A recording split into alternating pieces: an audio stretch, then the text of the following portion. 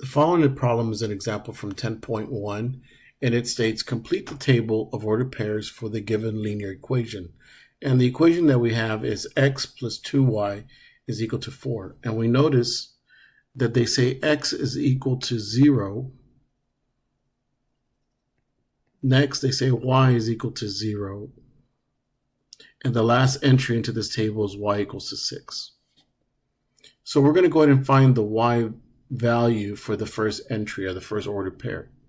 So we have the equation x plus 2y equals 4. So what we're going to do is we're going to substitute the value of 0 for x. So we have 0 plus 2y is equal to 4. 0 plus 2y is 2y, and it's equal to 4. And you notice we have 2 times y. So the inverse is division. And we have 4 divided by 2. So y is equal to 2. So the first order pair will be 0, 2. Now the next two entries into this table are different since they gave us the y value.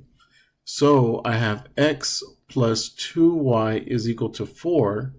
And I'm going to substitute the value of 0 for y. So I have x plus 2 times 0 equals 4.